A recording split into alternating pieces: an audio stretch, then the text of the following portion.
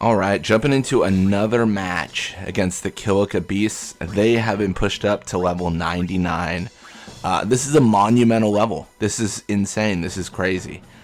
This is a situation where this is the natural max. You'll see the experience required to level up is 10,000, or sorry, 9,999.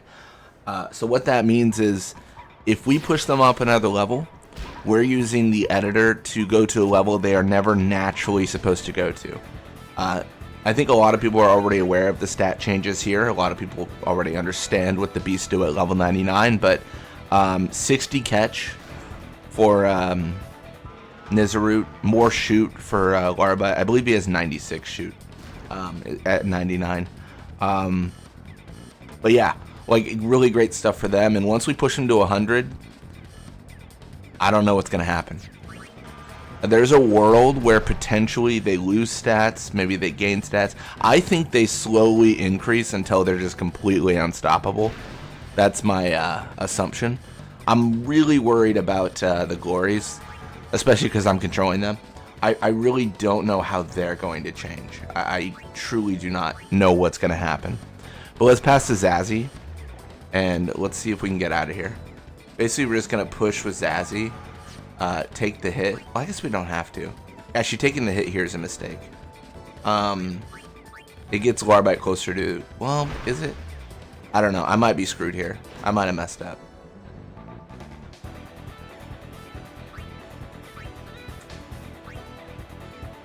I guess pass to Paw. I'm trying to open up everything, but I'm not really sure how to do that. Everything's too close together. If I pass to the back line, Ada and Paw might be able to kind of wiggle us out of here, but it's really tough to say.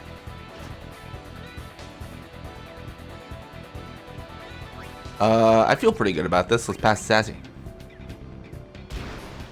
Let's pass to Zazzy, see if we can get a goal. Fingers crossed, all that stuff. I'm going to encounter Kolkin no matter what, so I'm just going to do it early and hope for the tackle slip trigger. We have tackle slip 1 and 2. I actually don't think... I should actually do tests, but I don't believe that works the way you would hope it would.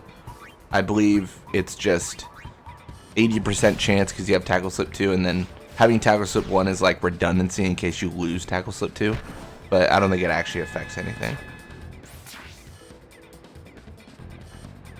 I guess what I'm saying is I don't think that it checks. I don't think it's like, ooh, tackle slip 2, 80% chance fail, check tackle slip 1.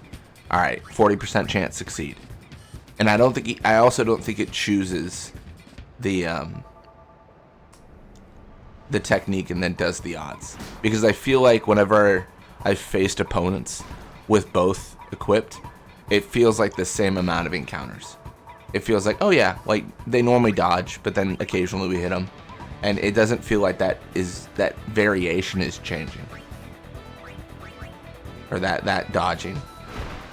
But either way, it's something to explore and test. I mean, really, we've hit the point, I think, where the only true way to understand is to look at like the code and understand like, okay, so how is this actually calculated? Because, I mean, a lot of games will say a certain thing where it's like, oh, this increases your strength by 5 points. But what actually matters? What does the code actually do? Because sometimes there's mistakes where they say like, oh, this does this, but it doesn't actually. It's pretty rare, but that can happen in games. I'm trying to think of a good example. I'm kind of blanking, but there's a few examples where it's kind of like, don't use this ability because it's actually pointless. I want to say Jinx was another one in 10 that people don't think is that useful. I always use it, which is maybe goofy, but I don't know. I'm kind of like, why not? Why not stack up any debuffs I can?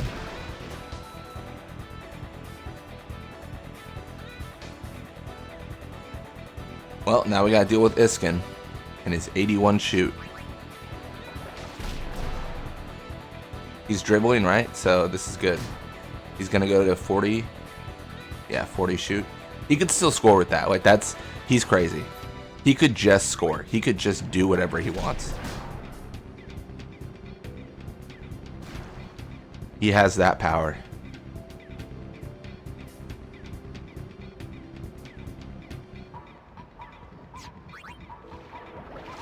.40 shoot point blank, and he still has more shoot than we have catch. Disgusting. Disgusting. All right. Come on, Noi.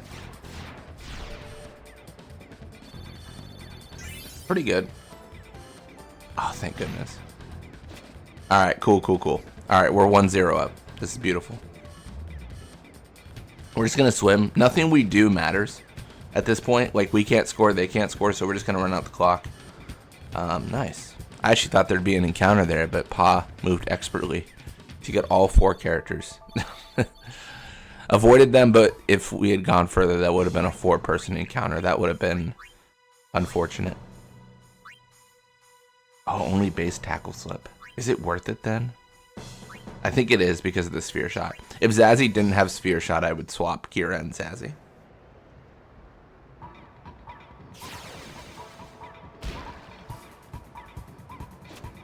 Borgia with the ball. Nice. Gonna all out defense.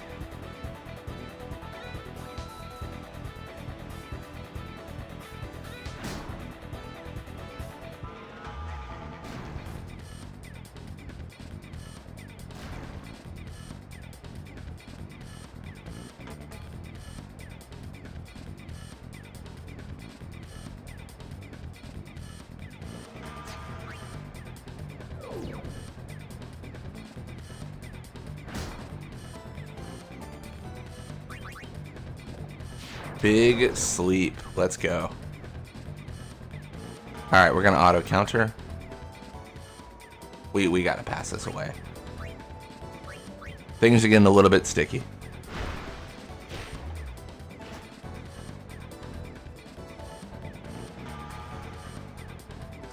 Maybe we could do something here. I mean, I think I have to push with Zazzy and bet on tackle slip, which is not a great bet. Like, it's actually a terrible idea. Actually, let's dribble. What am I doing? I can encounter Larvite. It's fine. Pass to Nav.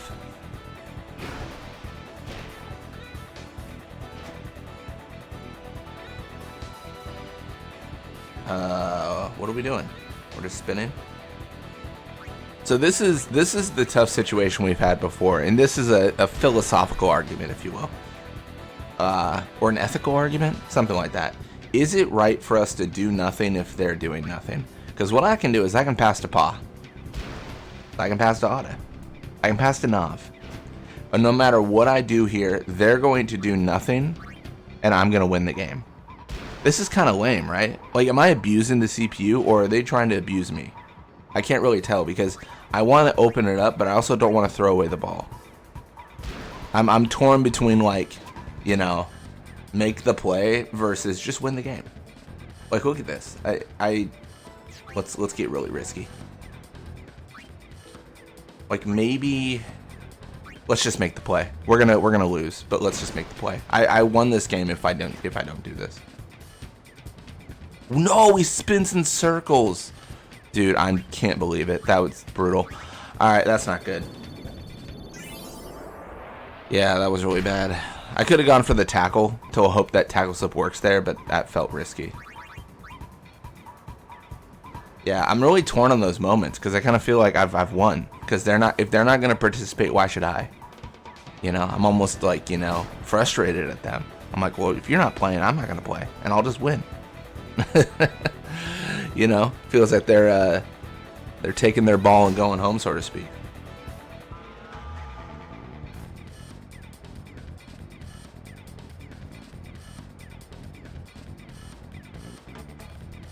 Alright, well, Nav has the ball. We can auto counter here, I guess. We can't really get out of this no matter what we do. What I'd like to do is I'd like to push. And basically we're just gonna basically hold hands with Nizarud here.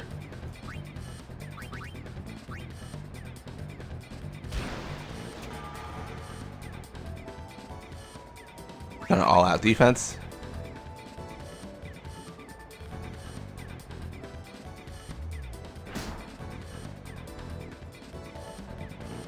Nice. Gonna go for the shot. Arguably, I could have passed to the back line and this would have been better. I'm kind of giving the Kilika Beasts all the attempts to score on me, to be honest. I'm kind of giving them everything they need, but I don't think it'll be enough. Pass to Colkin's not the play, and with 35 seconds left, I'm not so sold they have this. This is going to be level 100. This is really exciting. Pass to Iskin. Well, it's not over yet. I suppose I should notate that. He could just score.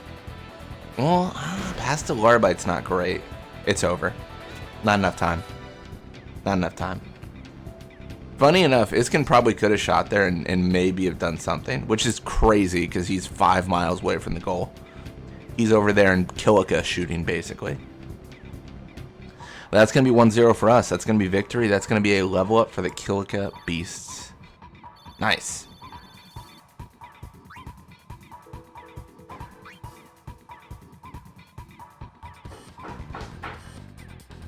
Perfect. All right, well, thank you all so much for watching. Hope you enjoyed it. And when you come back, going to be playing more Blitzball. Till next time.